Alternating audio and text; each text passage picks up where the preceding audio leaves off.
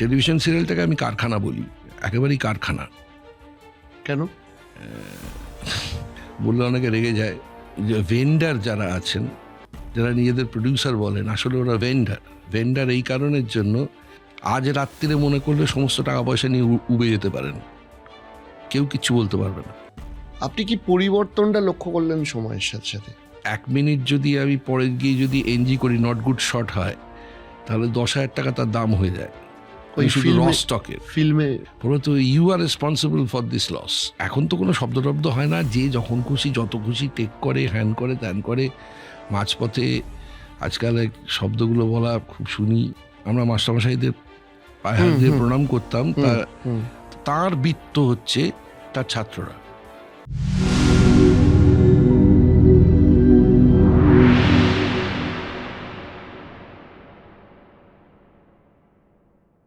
শুরুতেই বলবো অনেক ধন্যবাদ আমাদের সময় দেওয়ার জন্য।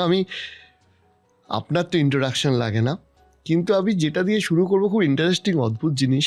আপনি নাকি অভিনয়ের আগে ক্রিকেট নিয়ে খুব ব্যস্ত ছিলেন, একটু এই স্টোরিটা আমাদের একটু শোনাবেন। অ্যাকচুয়ালি আমি রামকৃষ্ণ মিশনের ছাত্র ছিলাম। আচ্ছা, আমিও। কোন আপনার? সরিষা। আচ্ছা। আমাদের তো মানে একেবারেই খোলা আকাশ, খোলা মাঠ ব্যাপার ছিল। আমাদের একটা সিসিএ বলে ব্যাপার ছিল, কো ক্যারিকুলার অ্যাক্টিভিটিস। আমাদের 1200 নম্বরে পরীক্ষা হতো, কিন্তু ওই 200 নম্বরে যদি কেউ 75 না পেত, তাহলে কিন্তু উইথহেল্ড হয়ে যেত, মানে সে ফার্স্ট বয় হোক আর যাই হোক। যার জন্য হস্টেলে রোববার দিন ফার্স্ট বয় আমাদের পেছন পেছন ঘুরে বেড়াতো, যে আমাকে অন্তত একবার টিমে নে, একবার টিমে নে। এবং সেটা এখন এই বয়সে এসে, এই 62-63 বছর বয়সে এসে তাদের সঙ্গে দেখা হচ্ছে, তো ওই হোয়াটসঅ্যাপের মাধ্যমে। তো শৈলেন বলে একটি ছেলে ছিল, অসম্ভব পড়াশোনায় ভালো, কিন্তু আবার খেলাধুলোতেও ভালো ছিল। তো সিসিএতে আমাদের অনেক কিছু করতে হতো। আমাদের কোনো বাউন্ডারি ছিল না, মানে আমাদের সময়। ফলত আমরা পোলট্রি পরিষ্কার করতাম, ডাব কেটে নামানো হওয়ার সময় তখন আমরা ডাব এড়িয়ে জড় করতাম, মাছ ধরার সময় থাকতাম, এমনকি বীজ তোলার সময় থাকতাম, ধান ঝাড়ার সময় থাকতাম। ফলত একটা ফুল ফ্লেজেড মানে চাষির ব্যাপার স্যাপার সেটার মধ্যে থাকতাম। এবং আমাদের ওই সময় যে ফুটবল বা ক্রিকেট খেলা হতো, সে অধিকাংশ সময় একটা ছাগলের বাচ্চাকে ধরে বগলে নিয়ে আর কড়াইশুঁটি ক্ষেত থেকে তুলে আমরা ধান তুলতেও যেতাম, মানে সাপের গর্ত থাকতো, মানে অসাধারণ। যারা জানে না তারা জানে না যে ইঁদুর মানে ঠিক আর্মেচারের মতো করে, পাখার আর্মেচারের মতো করে কি যত্ন করে ধান চারপাশ থেকে রাখতো এবং বাচ্চাগুলোকে মাঝখানে রাখতো, কিন্তু ওই বাচ্চাগুলোকে খেতে আবার সাপ ঢুকতো। ওরা তো খুব সাবধানে আমাদের এসব করতো। তো যাই হোক, ওই আলের মধ্যে, হ্যাঁ, আলকে উঠে, এইটা করতে করতে আমি ওখানে এনসিসির হায়ার ট্রেনিং এর সুবিধা হয়। ফুটবলটা অবশ্যই তখন ভয়ঙ্করভাবে খেলাধুলো হতো।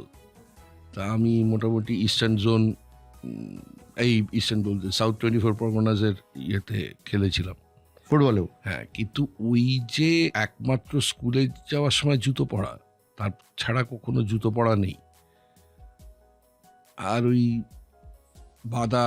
বাদার সব কিছুর মধ্যে দিয়ে যাওয়া, ওটার থেকে এক ধরনের আমাদের প্রত্যেকের প্রায় ওই খোস প্যাঁচড়া হতো, ভীষণ চুলকুনি, খোস প্যাঁচড়া এইসব হতো।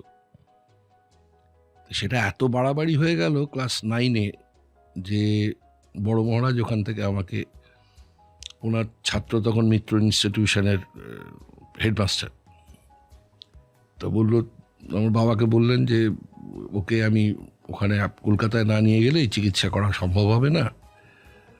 তখন বোধহয় মার্চ মাস, মানে হাফ ইয়ারলি পরীক্ষার আগে। তো বললো আমি ওকে টিসি করিয়ে দিচ্ছি, কলকাতায় নিয়ে যান, কলকাতায় নিয়ে গিয়ে ওর চিকিৎসা করান, আর আমি মিত্র ইনস্টিটিউশনে বলে দিচ্ছি, ভবানীপুর মিত্র ইনস্টিটিউশনে বলে দিচ্ছি আমি ওখানে ব্যবস্থা। তো ওই যে আমি এলাম, সেই সময় কমলবাবু, মানে অজয় কমলের কমলবাবু, তিনি তখন সদ্য এরিয়ানের গ্যালারির নিচে কোচিং সেন্টার খুললেন, দুঃখীরাম কোচিং সেন্টার। তা আমাকে একটু সুস্থ টুস্থ হওয়ার পর সেখানে দেওয়া হলো। সেই আমার শুরু, তখন বোধহয় ক্লাস ওই 9.5। তারপর আমি টানা 6 বছর বিভিন্ন ক্লাবে খেলে, আমি স্পোর্টিংও খেলেছি, কালীঘাট খেলেছি, গ্রিয়ার খেলেছি, তালতলা ইনস্টিটিউশন খেলেছি, কিন্তু সবকটাই ফার্স্ট ক্লাস ক্রিকেট খেলেছি। ফাঁকিবাজি করিনি কখনো, ভীষণই মন দিয়ে খেলার চেষ্টা করেছি। পরে যখন লিনোনিয়াম এলো আমাদের এই ইডেনের পাশে, যে সেখানে যখন লিনোনিয়াম এলো তখন আমার নিজেকে মনে হতো আমিই বোধহয় বরুণ বর্মন। মানে বরুণদার বল যেমন দেখা যেত না, পড়া মাত্র বেরিয়ে চলে যেত। আচ্ছা, এত স্পিড মানে তখন ছিল বরুণদার। যাই হোক, সেগুলো ছেড়েও আপনার অভিনয় জগতেও তো আপনি যেটা বলছিলেন যে ওর সাথে সাথেই অভিনয়ের একক অভিনয় দিয়ে সেটা বাড়ির থেকে, যেহেতু বাড়ির থেকেই, যেহেতু একক অভিনয় না, মানে ওয়ান অ্যাক্ট কম্পিটিশন। ওকে। তো যেহেতু সে অর্থে গর্ভাবস্থা থেকেই অভিনয়ের সম্পর্কে আমার যোগাযোগ, যেহেতু আমার বাবা এবং মা অভিনয় করতেন আইপিটিএতে, তো সুতরাং সেটা আমার এই পরাণ বন্দ্যোপাধ্যায়কে কখনো জিজ্ঞেস করে জানতে পারবেন। মানে এসেছিলেন আমাদের সাথে? হ্যাঁ, আমার কোল বদল হতো। আচ্ছা, হ্যাঁ, মানে মা হয়তো স্টেজে উঠবেন, সেই সময় দীপালি চক্রবর্তী, মানে লি চক্রবর্তী মা, তার হাতে কোলে দিয়ে দিয়ে চলে গেল, যা হলো, নয়তো সীতা মুখার্জির কোলে চলে গেলাম আমি, এরকম সব কোল বদল হতো। গুরুত্বপূর্ণ কোল। তারপর আমি তো, যাই হোক, ফলত বাড়িতেই একটা বড় চর্চা ছিল আর কি অভিনয়ের। পরবর্তী ক্ষেত্রে যখন এই আইপিটিএ বাবা মার বাইরে দাঁড়িয়ে আমি এককভাবে অভিনয় করতে আরম্ভ করলাম, তখন সেটা হচ্ছে এই ওয়ান অ্যাক্ট কম্পিটিশান প্রথম আমার যাওয়া। সে অর্থে আমি বহুবার বলেছি, বহু জায়গায় বলেছি, তো ওই রকম এরকম করে শুরু হয়েছিল। আপনি তো দীর্ঘদিন ধরে ইন্ডাস্ট্রিতে অভিনয় করছেন, আপনি কি পরিবর্তনটা লক্ষ্য করলেন সময়ের সাথে সাথে? আপনার যদি মনে হয়, এক্সপিরিয়েন্সটা বলেন। না, সেটা তো সব সময়ই হবে। মানে আমাকে হঠাৎ করেই আমার গুরু শ্রী রমাপ্রসাদ বণিক, তিনি একটা তখন সিরিয়াল বানাচ্ছিলেন, তখন তো 13 এপিসোডের সিরিয়াল হতো। হ্যাঁ, রাইট। তো একটা সিরিয়াল বানাচ্ছিলেন, সেই সিরিয়ালে ওনার শালার অভিনয় করার কথা ছিল। তো সে বাইক চালাতে গিয়ে আহত হন। আচ্ছা, আমি একটা জিনিস জিজ্ঞেস করছি, আমি শুনছি তখন কি সবকটা সিরিয়ালই এরকম 13 এপিসোডের দিয়ে শুরু হয়েছিল দূরদর্শন? হ্যাঁ, সবই 13 এপিসোড। আচ্ছা, মানে ওটাই রীতি ছিল? একদম ওটাই রীতি ছিল। এবং তো রাত্রির 12টা নাগাদ রমাদা আমাকে হঠাৎ ফোন করলে বললেন যে কালকে সকাল 7টায় আমার বাড়ি চলে আসবি। আচ্ছা। এবং আমার অত্যন্ত বড় সৌভাগ্য যে 1-to-1 অভিনয় ছিল, আর একজন মাঝখানে ছিলেন। সেটা হচ্ছে আমার প্রথম দিনের সিনেমার পাঠ, সেটা হচ্ছে নির্মল কুমার। আচ্ছা, মানে যেই মুহূর্তে উনি জানতে পারলেন যে আজকে আমার প্রথম দিন, খুব ছোট ঘর, মানে আপনাদের এই যে এইটুকুর মধ্যে ঘর, আপনাদের ক্যামেরা যতটুকুর মধ্যে আছে ততটুকু ঘর, বেরোলেন না ঘর থেকে। আমাকে বোঝালেন কোন লেন্স, কোথায় আলো, ট্রলি হলে কি হয়, কতটা বেড়ে গেলে বেড়ে যাবে, কতটা কম হবে, ইত্যাদি ইত্যাদি। আর সিনেমার পাঠ আমি প্রথম পেলাম হচ্ছে নিশীথ ব্যানার্জি, মানে যার ছবি হচ্ছে শিল্পী, সাগরিকা থেকে শুরু করে ওই গোল্ডেন এজের ছবিগুলো, তার হাতে আমার প্রথম সিনেমার পাঠ হয়। ফলত আমি খুব সৌভাগ্যবান যে আমার মাস্টারমশাইরা যারা ছিলেন, যেমন আমার একটা বড় শিক্ষা হয়েছিল আর কি, যে বঙ্কিম ঘোষ, মঙ্গা জেঠু বলতাম, মা যেহেতু ওনার সঙ্গে অভিনয় করতেন একেবারে শেষের দিকে, ওনার একেবারে শেষের দিকে আমি গোঁপ খুলে খাচ্ছিলাম, লাঞ্চ খাচ্ছিলাম, সে পিঠে একটা 82 শিক্ষার মারলেন, সন্ধ্যার ছেলে, লজ্জা করে না, গোঁপ খুলে খাচ্ছিস? আমি তাকিয়ে রয়েছি, গোঁপ পড়ে যখন খাওয়ার পাট থাকবে কি গোঁপ খুলে খাবি? সকালবেলা গোঁপ পড়বে, প্যাক আপ বললে গোঁপ খুলবে, তার আগে গোঁপ খুলবে না। আমি এই ধরনের মাস্টারমশাইদের পেয়েছি আর কি। সেটা আমার একটা খুব বড় সৌভাগ্য। মানে পাশে থাকা মানুষ না থাকলে জীবনে এগোতে অসুবিধা হয়। না, তার থেকে বড় কথা হচ্ছে যে পরিবর্তনের কথা আপনি বললেন না, এই পরিবর্তনের মধ্যে একটা অন্যতম পরিবর্তন তো হবে, প্রতি 10 বছর অন্তর অন্তর পরিবর্তন হবে। মানে আমি যখন প্রথম সিনেমা অভিনয় করতে আসি, মানে করতে সুযোগ পাই, আমি সুযোগ শব্দটাই বলবো, অনামিকা সাহাকে কিন্তু ঢুকতে দেওয়া হয়নি শুধুমাত্র কালো বলে। শেষমেশ দিলীপ রায় বলেছেন আমি আমার সঙ্গে দেখা করতে এসছে বলে ভেতরে নিয়ে গেছেন। তখন না, যে ফিল্মের যে তখন তো র ফিল্মে শ্যুট হতো, তার যে আলোর কোয়ালিটি ছিল তাতে আমাদের মতো লোকেদের চেহারা একদমই মানে খুব মুশকিল। আচ্ছা, হ্যাঁ, এখন তো অনেক সহজ হয়ে গেছে, কিন্তু তখন ওই রিফ্লেক্টর বসাতে হতো।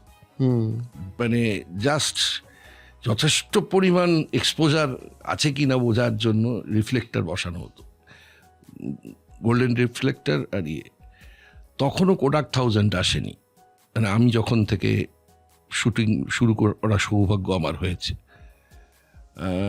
পরবর্তী ক্ষেত্রে কোডাক 1000-এ শ্যুট, সেটা আর একটা ভয়াবহ ব্যাপার। মানে 1 মিনিট যদি আমি পরে গিয়ে যদি এনজি করি, নট গুড শট হয়, তাহলে 10,000 টাকা তার দাম হয়ে যায়। ওই শুধু র স্টকের ফিল্মে, হ্যাঁ, র স্টকের দাম হয়ে যায় 10,000 টাকা। বলতো you are responsible for this loss. এখন তো কোনো শব্দ হয় না, যে যখন খুশি যত খুশি টেক করে, হ্যান করে ত্যান করে। মাঝপথে আজকাল শব্দগুলো বলা খুব শুনি, ও শিট, সরি, আবার কেউ সেটা বলেনও না, চলো আর একবার চলো। কী করে বলেন আমি জানি না। এখনও রীতিমতো সমস্যা হয় শটের আগে, পার্ট মুখস্থ নেই থেকে শুরু করে। কারণ টেলিভিশন সিরিয়ালটাকে আমি কারখানা বলি, একেবারেই কারখানা। কেন? কারখানা ছাড়া কি, তো মানে তবে এক অদ্ভুত কারখানা এই কারণের জন্য যে সেই কারখানায় বললে অনেকে রেগে যায়, যে ভেন্ডার যারা আছেন, যারা নিজেদের প্রডিউসার বলেন, আসলে ওরা ভেন্ডার এই কারণের জন্য আজকের তারিখে কোনো টেলিভিশন সিরিয়াল তার মালিক সে নয়। মানে যারা তথাকথিতভাবে টাকা পয়সা লাগানো হয়, না টাকা পয়সা লাগান, ব্যবহার করেন, তারা একটা ফ্রেম ওন করেন না, তাহলে তারা প্রডিউসার নন। যদি প্রডিউসার হতেন তারা পুরো প্রোডাক্টটা ওন করতেন। শিশির বাবু হচ্ছেন আমার মতে, আমার দেখা শিশির দাস, তিনি হচ্ছেন শেষ প্রডিউসার আমার দেখা, যিনি তার সিরিয়ালগুলোকে ওন করতেন, সেটাকে অন্য কোনো ভাষায় যদি তার মনে হতো দিতেন। কিন্তু এখন যারা আছে তারা সবাই ভেন্ডার, তা একটা ফ্রেম ওন করে না, এবং এদের কোনো স্থাবর বা অস্থাবর সম্পত্তিও নেই। আজ রাত্রিরে মনে করলে সমস্ত টাকা পয়সা নিয়ে উবে যেতে পারেন, কেউ কিচ্ছু বলতে পারবে না। কারোর সাথে কোনো রিটেন কন্ট্রাক্ট নেই এক্সেপ্ট চ্যানেল। তো চ্যানেল আজকের তারিখে মানে সে অর্থে প্রডিউসার। আমরা মাস্টারমশাইদের পায়ে হাত দিয়ে প্রণাম করতাম, তা উনি সাইকেলে আসছেন কিংবা কিছুতে আসছেন, যার কাছে বিত্ত হচ্ছে, তার বিত্ত হচ্ছে তার ছাত্ররা।